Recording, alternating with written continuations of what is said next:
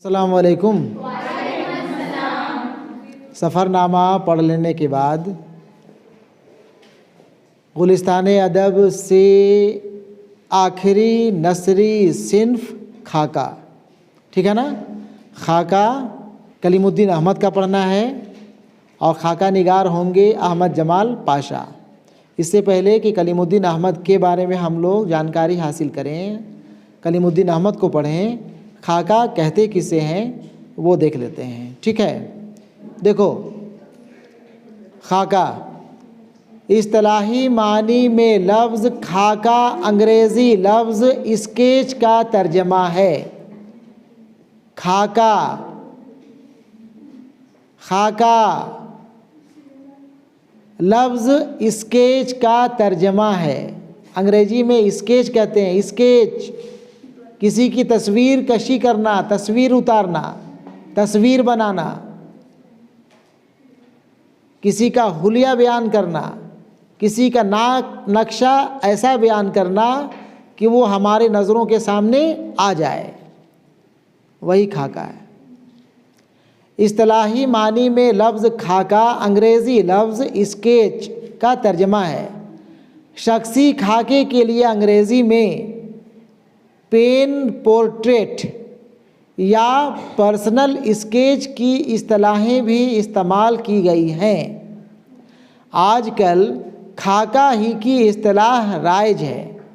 खाके से मुराद ऐसी नसरी तहरीर होती है जिसमें किसी शख्सियत की मुनफरिद और नुमायाँ खुसूसियात को इस अंदाज से बयान किया जाता है कि उसकी मुकम्मल तस्वीर आँखों के सामने आ जाए। बात समझ गए? बात समझे?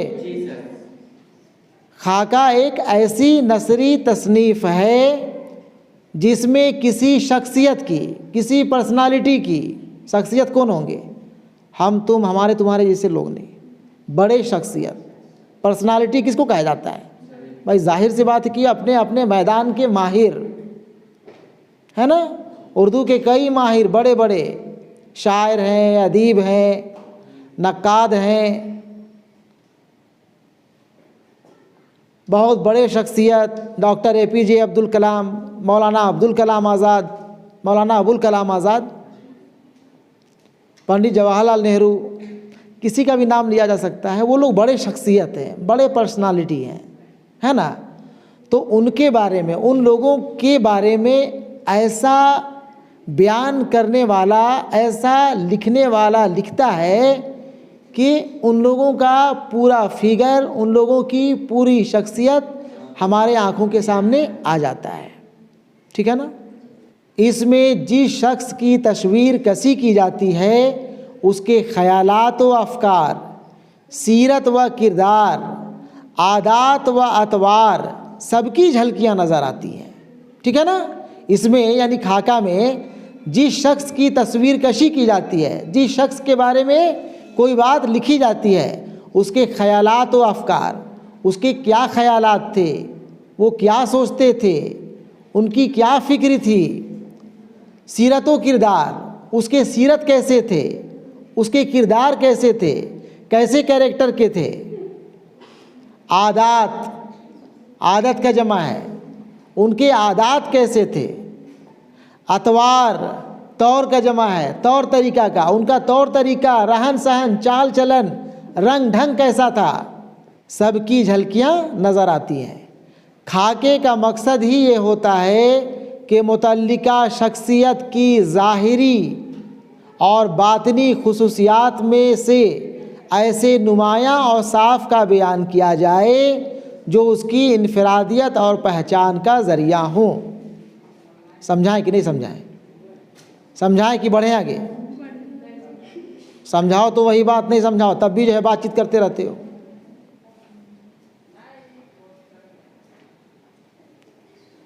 खाके का मकसद ही यह होता है कि मुतल्लिका शख्सियत यानी कि ताल्लुक़ रखने वाले शख्सियत, पर्सनालिटी, जिसके बारे में बात लिखी जा रही हो या लिखी जाएगी,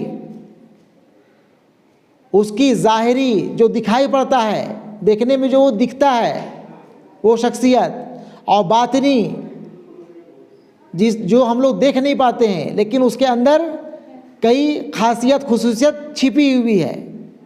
ज़ाहिर दिखाई पड़ने वाला, बातनी छिपा हुआ। ज़ाहरी और बातनी खुसूसियात में से ऐसे नुमायाँ औसाफ, ऐसे छुपे हुए औसाफ, ऐसा ज़ाहिर होने वाला सिफत खुसूसियत का बयान किया जाए जो उसकी इनफरादियत और पहचान का ज़रिया हो। इसके लिए खाका लिखने वाले का उस इंसान की शख्सियत से ना सिर्फ मुतासिर होना ज़रूरी है, बल्कि उससे वाकफ़ियत और कुर्बत भी ज़रूरी है। अब जाहिर सी बात है कि खाका लिखने वाला अगर उस शख्सियत से मुतासिर नहीं होगा, उससे वाकिफ़ नहीं होगा, उससे उसका लगाव अटैचमेंट नहीं होगा, तो उसके बारे में लिख नहीं पाएगा। खाका निगारी सवाने निगारी से मुख्तलिफ है। खाका निगारी सवाने निगारी से मुख्तलिफ है।